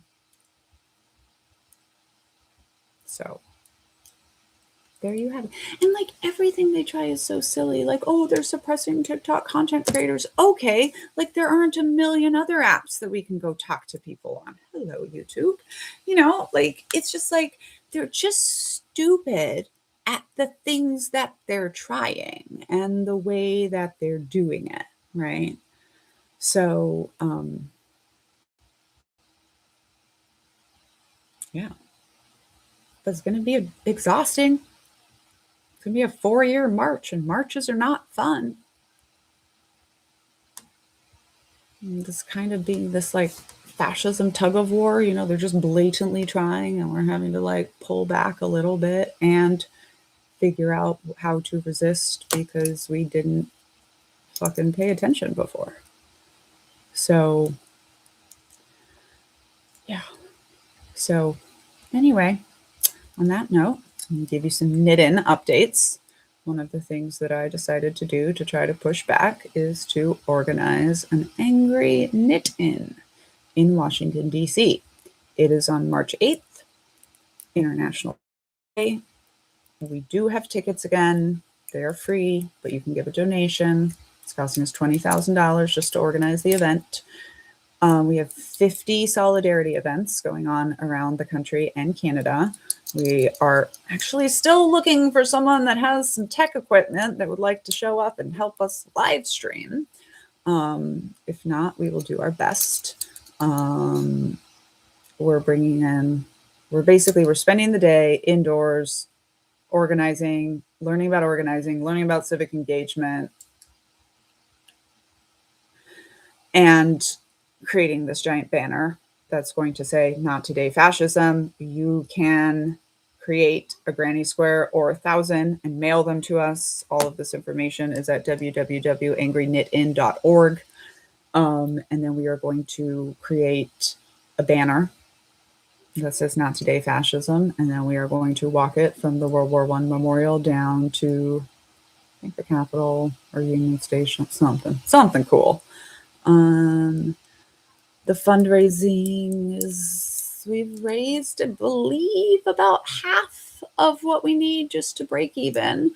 Someone has, and more than that actually, because somebody has promised a matching it's like from the 1st of February to the 20th or something, they're going to match up to $5,000. So hopefully that is going to be what we need to break even. We're selling these stickers designed by Christina the Godless, and the Girls Gone Godless podcast. This is Not Today Fascism. And we've got two different versions, and people can buy those as a fundraiser. For us, here's the other one. Can you see it? On my laptop. Nope, not waiting. Yeah, and we're, part of what I can do is just learn in public and bumble along. So let me learn how to organize while planning a national event. And we're going to have a call pretty soon, I think March or February 8th, with everyone interested in like the satellite events and stuff, and talk about it. And then after the event, you know that this soldier is going to have an after action review where we talk about how it went, what went wrong, what went right, what we learned, and then keep going. Craftivism is a thing. So that is what we are going to learn about. But also, like, craftism is a thing, but a lot of time white women don't realize that it's more than just the knitting. Like, it's more than just the crafting. It's the resisting while crafting. It's the purposefully getting them to underestimate. And then, you stick one of these in somebody, it's going to take surgery to get out. I believe US stores are out of red yarn because the people knitting the hats. So it's putting the money in the right places. It's like, if all you're doing is funding the revolution, then say you're funding the revolution. Don't say you're fighting the revolution. Right? So yes, buying the pattern is going to organizations that are doing stuff, but also you're intended to knit the red hat and then wear the red hat and go out and put your white body out on the street in protest and in front of other people who are more at risk than you. So that's why, that's just what we're trying to do. We have 3 Black women coming to speak about white women and craftivism, and White Woman Whisperer, who many of you may know. I have a podcast with her, Hey White Women. She's going to talk about not colonizing the activism space. So yeah, we also pretty much floored the speakers because we asked them to speak, and then we said, what would you like to speak about and for how long? And they were like, nobody's ever asked me that before. That's amazing. So I really do recommend this about every topic, y'all. Like, if you want me to come speak because you think my stuff is awesome, just let me decide what I want to say. Tell me what your group is, tell me what your goals are, and then just let me decide how that goes. Like, you're going to get the best out of people. And so they're all really excited. So anyways, look, that everyone has different roles in the mission. And if what you can do is fund the revolution, cool. One of the things I can do is fund the revolution, and I'm doing it. I can also get out and protest, so I'm doing it, right? So lots of different ways. And I think, calling out the funding thing is good too. It's like people need to write checks, and that's not flashy and that's not performative, but as someone who was tracking terrorist networks and resistance networks, right? Like, the financiers are important. Organizing costs money. Resistance is expensive. So that is just another part of it. Dr. Isabel Wilkerson, author of Caste, my favorite book on this earth. It wouldn't have even crossed my mind that I could have possibly reached out to Dr. Isabel Wilkerson and asked her to come from London to my tiny little event. I think London, but maybe not. Although I kind of wish now that I had. We are doing her book Caste in book club. We're doing Culting of America for the next 3 months, and then we will spend 3 months on Caste. And it is my favorite type of book because she's like, I'm going to show you the caste system in India, in Nazi Germany, and then in America. This is kind of roughly what I did with Culting of America, where I was like, I'm going to show you the cult tactics, and then I'm going to show you them in real cults in the US military and in the country. So I think it's really, really fun. Not fun. It's a good book. It's not a fun book, but it's a very, very good book. And it will change the way you see things. And it also has, like, she just has the best analogy about white privilege and white supremacy and all that, which is like, look, it is not your fault. Nobody alive today created the systems that we are in, right? However, it's kind of like finding out your house has lead paint. That is not your fault. That is some bullshit that started before you were born. But now that you know, it's your responsibility to get yourself out of that house, and especially to get your children out of that house. And guess what? That just sucks. You got to now sell your house, which is worthless. You got scammed. You got to move. You probably have health stuff. It fucking sucks. But you got to do it. It's your responsibility now that you know. So I think that is a really good analogy. I learned so much stuff from Cass. I'm excited to revisit it now, like 5 years later.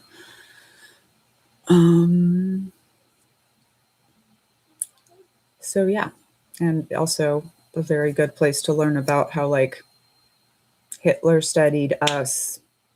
We are not Germany. Germany got it from us. Hitler actually thought that America's brand of racism was too racist. There are different brands of racism. I grew up in Brazil. Brazil's response to getting rid of slavery and their racism was breed them out.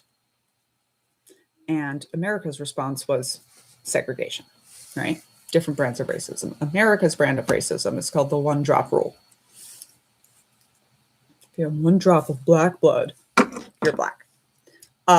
Very interesting for my friend who came from Brazil for my wedding. And in Brazil, she is white. And in America, she is black. And South Africa's system under apartheid was you could become white. You could earn your way white. And that's what Hitler thought made more sense, right? Like, he thought America's one drop rule was too extreme. So these are the things that are really good. Like, this is why, like, educating yourself for fighting back is great, because then you don't say silly things like, we're becoming Germany.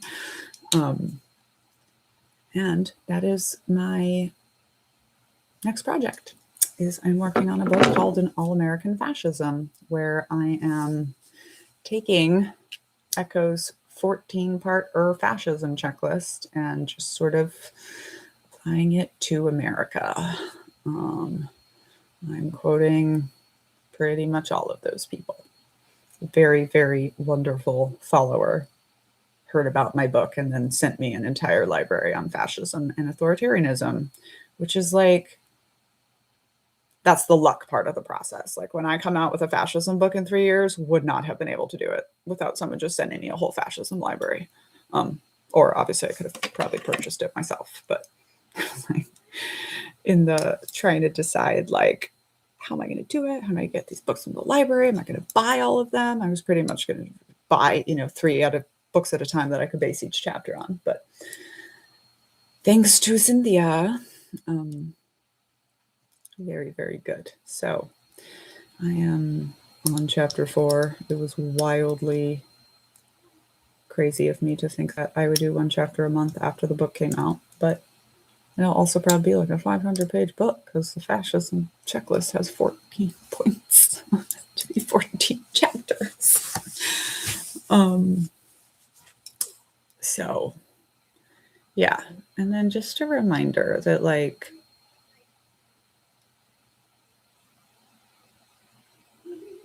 one of the first things you have to do when you wake up is educate yourself, right? But you also still have to start doing the things right now. And I talk about, like, when I was dropped out of a cult into America as a 15-year-old, I had to educate myself on literally everything. I didn't even know you weren't supposed to take a test of the Scantron with a pen. People are like, didn't it say number 2 pencils? I didn't know what number 2 pencils were. But then I still had to be in the world, which is embarrassing and hard, right? So then people just want to go back to sleep. But it's really, really important that we don't. And with that, I've been talking nonstop for 2 hours, so I'm going to go take a break. Hi, Cynthia. Yeah, I think it's going to be a good book.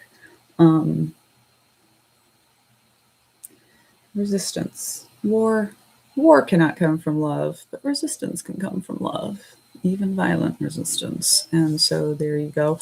Oh, if you were born into FLDS, that's a hard one. Thanks for being here. I hope you're writing your book. And if you grew up in what is now MAGA, I hope you were writing your book. America's going to need them.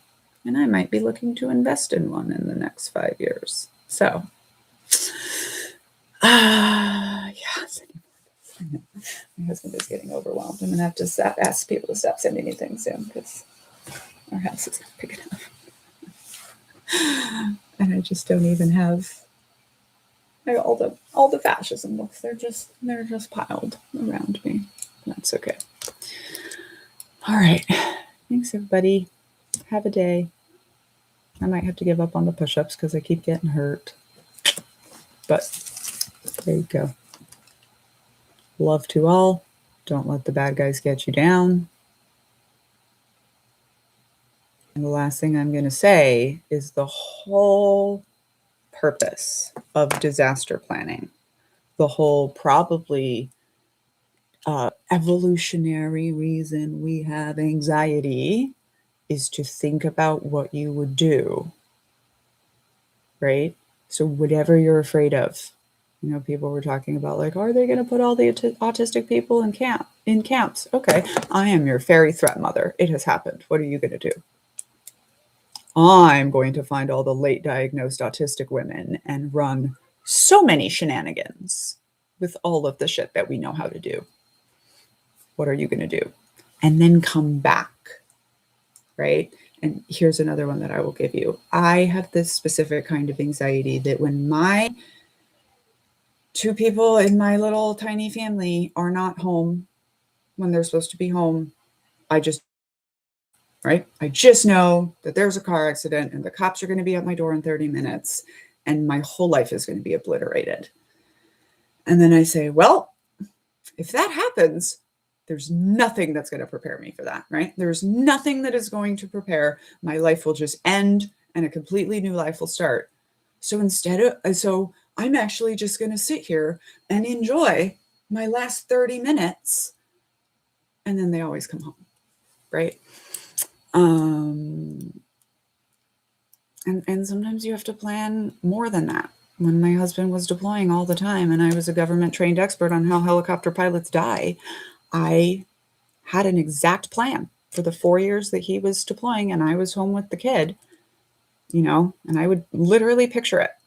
I would literally sit out on my front porch and picture that black car pulling up. And you're going to know because the black car is going to pull up and out is going to step 2 people and one of them is going to outrank my husband. And in that moment, I'm going to know what happened. And I gave myself 20 minutes. I cannot fall apart for 20 minutes. I have 4 text messages to send and 1 phone call. And all of those people were prepped and knew the drill. And those are going to get the people that I need on their way to my house. It's like childcare, finance guy, sister, and BFF probably. And then I can fall apart, right? And then I can literally, I literally talk to my sister like, hey, I know you know Tom, but you're just going to get a text message that says Tom's dead and I need you to come, right? And, then I will hand you my baby and fall apart. And doing that was really helpful because that is what disaster planning is for, right? You cannot stop bad things from happening to you. And if you can't stop yourself from thinking about them, great, make a plan. And this is what my whole job in the military is based on. And there's some point at which every good intelligence officer realizes that it doesn't really matter what the enemy scenario is that we tell you. Nothing goes according to plan. Not the mission, not the enemy's attack. But if you are prepared for what you might do, you are more likely to be successful. This is why in the military we call things battle drills. You know, when you see everybody stacking up on a door to go, and right, we practice everything again and again and again. And the battle plan never survives first contact with the enemy, and contact means shooting. Contact. But you are more prepared. If you prepare for a hurricane, you are more prepared for a tornado, right? So yeah, it's fucking scary. Things are happening. They can't kill all of us, but they might kill you. Plan, right? And this is, I promise, my last thing. When you go to war, we all have to do this, and it's such a mind fuck, but you have to prepare to die, right? And we literally have to go through a process. We have to fill out paperwork about what we want them to do with our bodies if we die. You know, literally, it was like the one for my husband was like, if the uniform has blood on them, do you want it back or do you want us to take care of it? Right? Like that level of going through and picturing and planning. And then we just all hope that we don't die. And one of the great things I learned from my husband is he would say, you know what? Either it's my husband who has been shot down in a helicopter, who will be like, you know, either it's going to work out or immediately not be my problem. And I think planning can really, really help with that and keep you from panicking. Because I remind you, panic and shock are their own threat.